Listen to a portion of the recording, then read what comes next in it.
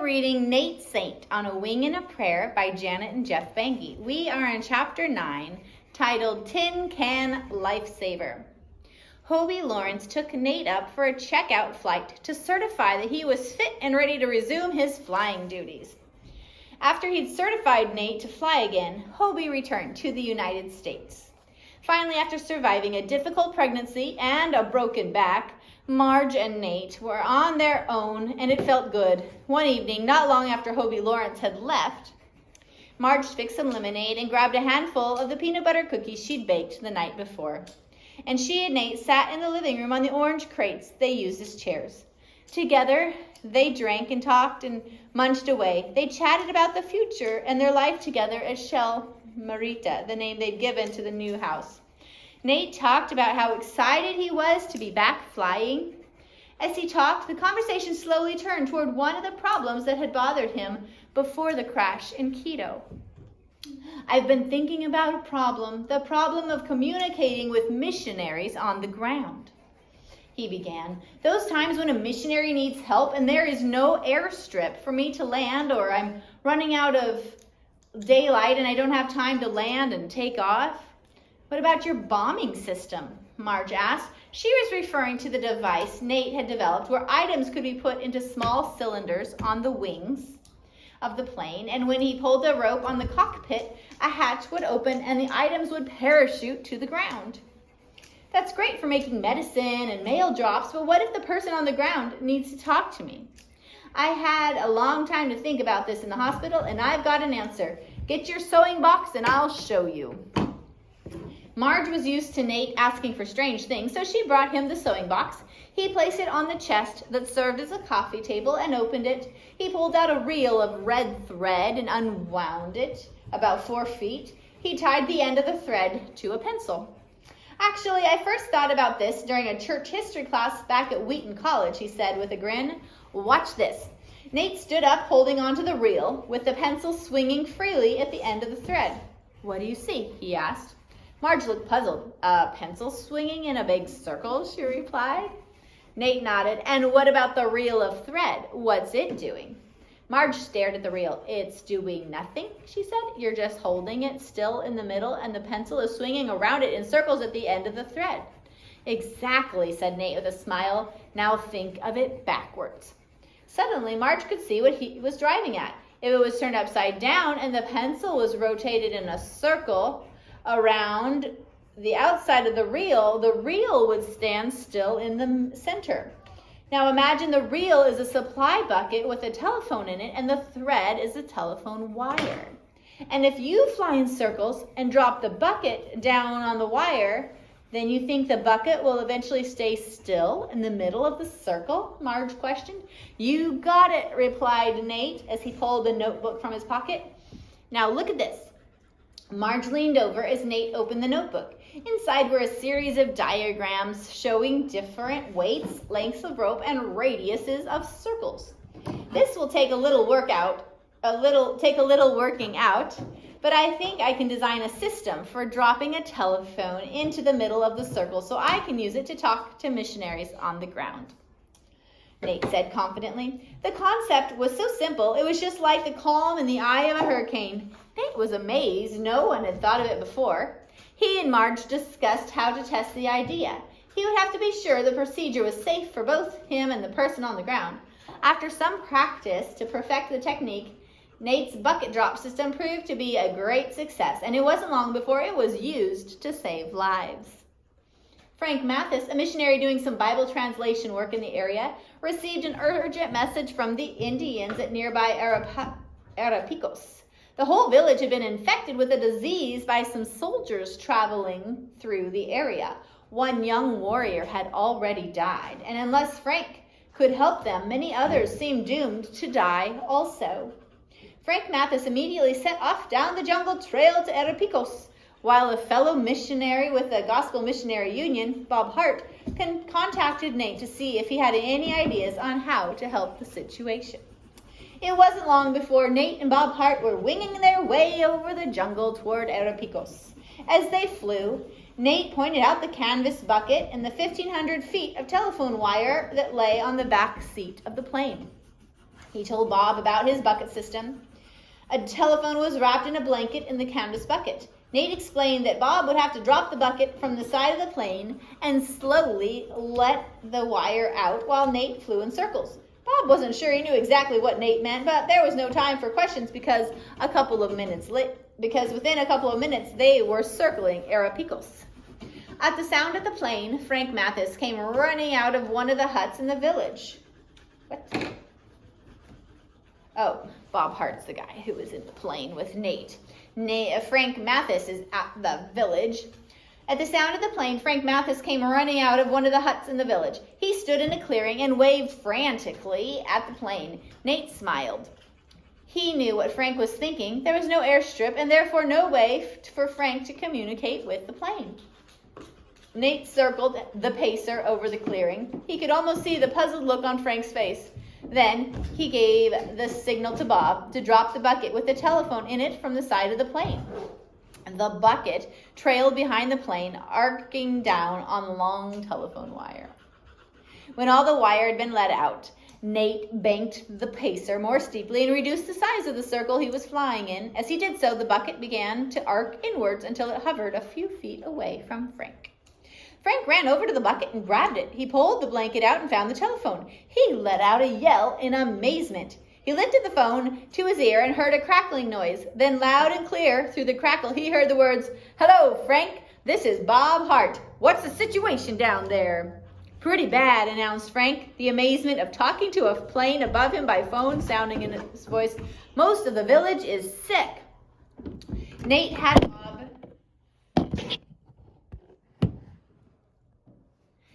had Bob find out from Frank what the symptoms of the sickness were. As Frank told him the symptoms, Bob hurriedly wrote them down. Then he handed the list to Nate, who tuned the plane's shortwave radio into the hospital at Shelmera, where a doctor was standing by, and relayed the list of symptoms over the radio. The doctor asked a few more questions, which were relayed by Bob down to Frank Mathis, and soon the doctor had all the information he needed to make a diagnosis. Bob pulled the bucket and telephone back on board the pacer, and the plane headed back to Shelmera. By the time they landed, Marge was waiting with medicine to treat the illness. Nate refueled the airplane and flew back to deliver the life-saving medicine. That night, as he drank his coffee with Marge, Nate explained the wonderful feeling of having saved lives without ever landing his plane. The bucket drop system had proved its usefulness. News of Nate's ingenious maneuver with the bucket and wire spread around the world. He even received a letter in the mail, a letter of commendation and $250 from John Gady, a general manager of the Beech Aircraft Company. Gady was impressed with Nate's spiral line technique, as it came to be known. After the success of the bucket drop idea, Nate turned his attention to another problem. This time it was a safety issue. Flying over a dense jungle like that of the Orient was very dangerous, especially if something went wrong with the plane. On May 9th, 5 months after the accident that nearly took his own life, Nate heard about a pilot and co-pilot from the Shell Oil Company who were killed while test piloting a new Grumman airplane. Soon after that, an Ecuadorian transport plane crashed in the dense jungle. The crash site was only 35 miles from Shelmera. All 11 passengers and crew were killed in the crash. Then in July, another Shell Oil Company plane flying passengers to the nearby town of Ambato crashed. Again, everyone on board was killed, 38 passengers and crew in all. Within 6 months of Nate's accident at Quito, 51 people lost their lives in airplane crashes within 100 miles of Shelmera. Each of the pilots in those planes had been more experienced than Nate. The crashes had given Nate a lot of reasons to think about safety when flying over the jungle. Bob Hart from the Gospel Missionary Union was also a pilot, and he told Nate the story of what had happened to him about 6 months before Nate arrived at Shelmera. Bob and George Poole, another missionary, had been flying over the jungle near Arajuno. They were cruising along about 1,500 feet above the jungle when the engine failed. They began to lose altitude, but there was nowhere to land. As far as the eye could see, there was nothing except thick green vegetation. Bob brought the plane down as best he could. While trying to avoid a huge balsa tree, The right wing clipped a palm tree, flipped the plane over as it crashed to the darkness on the jungle floor. The canopy of trees above them closed over the wreckage so that searchers couldn't see it from the air. Bob had broken his ankle and shattered his knee and was unable to walk.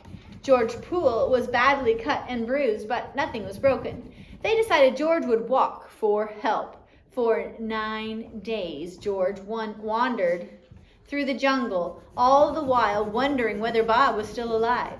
Finally, George made it to Shelmera, but he was unable to locate exactly where the plane had crashed. It took another 2 days before Bob Hart, more dead than alive, was finally found. Bob lived to tell a story every jungle pilot knew could happen to him if the engine ever quit while flying over the jungle. Bob's story sent a chill up Nate's newly healed spine. Apart from human error, where a pilot makes a major mistake or miscalculation while flying, the biggest concern to pilots was their airplane's engine quitting in mid-air. If a car's engine quits, the driver can coast to a halt at the side of the road, normally with no harm to anyone. But when a plane engine quits in mid-air, it's a different story. An airplane's propeller corkscrews through the air, pulling the plane along with it. As the plane is pulled forward, the movement of air over and under the wings creates lift, which keeps the plane aloft. When the engine stops, the propeller stops. The plane's forward motion quickly slows, and as it does, the lift under the wings is reduced and the plane begins to lose altitude. If a pilot is flying over an open field or a road when this happens, he might be able to glide the plane in for an emergency landing. But if he is flying over jungle, he can do nothing to avoid hitting the trees.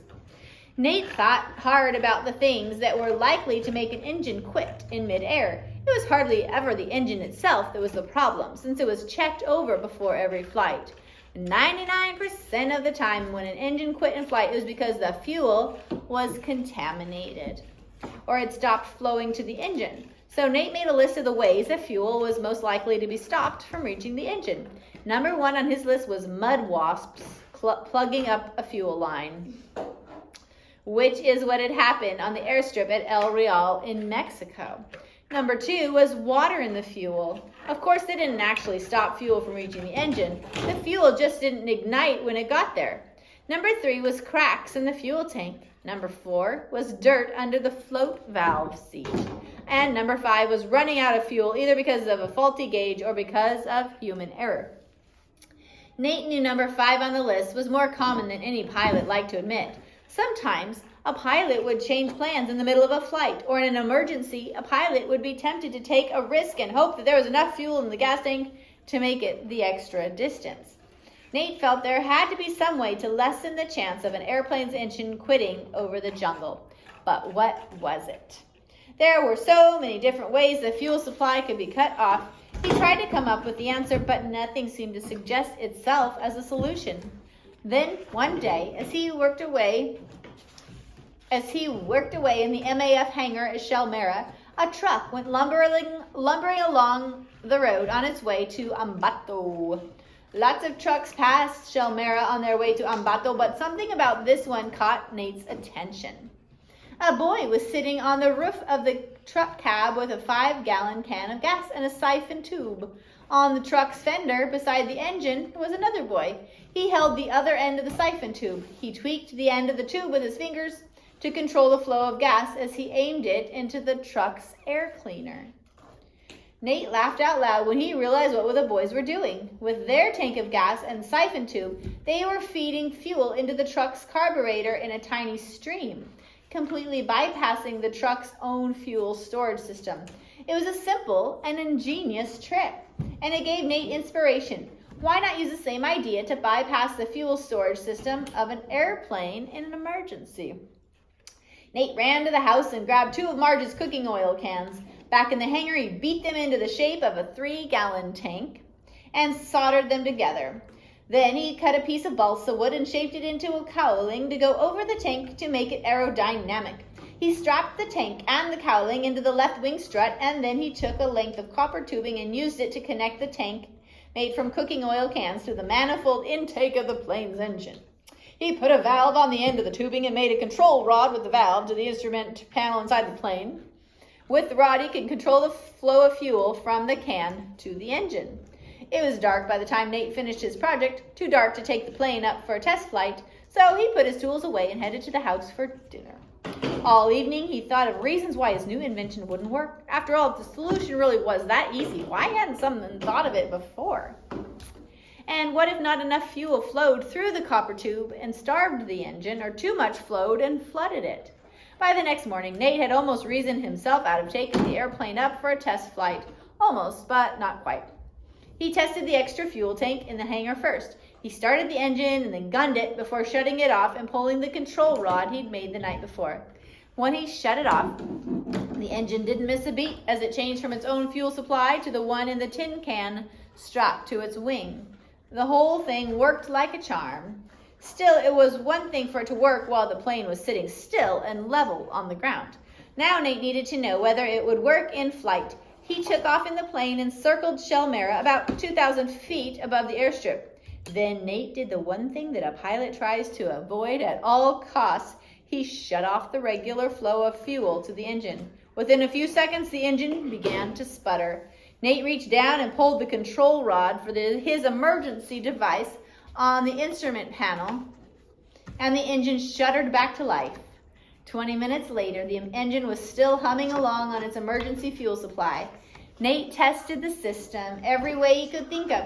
He banked sharply one way and then the other. He climbed rapidly and then put the plane into a dive. In every instance, the cooking oil can, refill tank, fuel tank worked perfectly, and the engine never once faltered.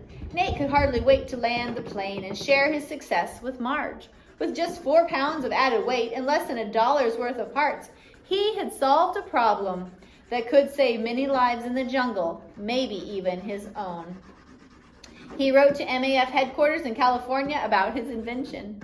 Jim Truxton agreed that it was a great safety improvement, and like Nate's suggestion about fitting shoulder harnesses, he ordered all MAF planes to be fitted with Nate's tin can lifesaver.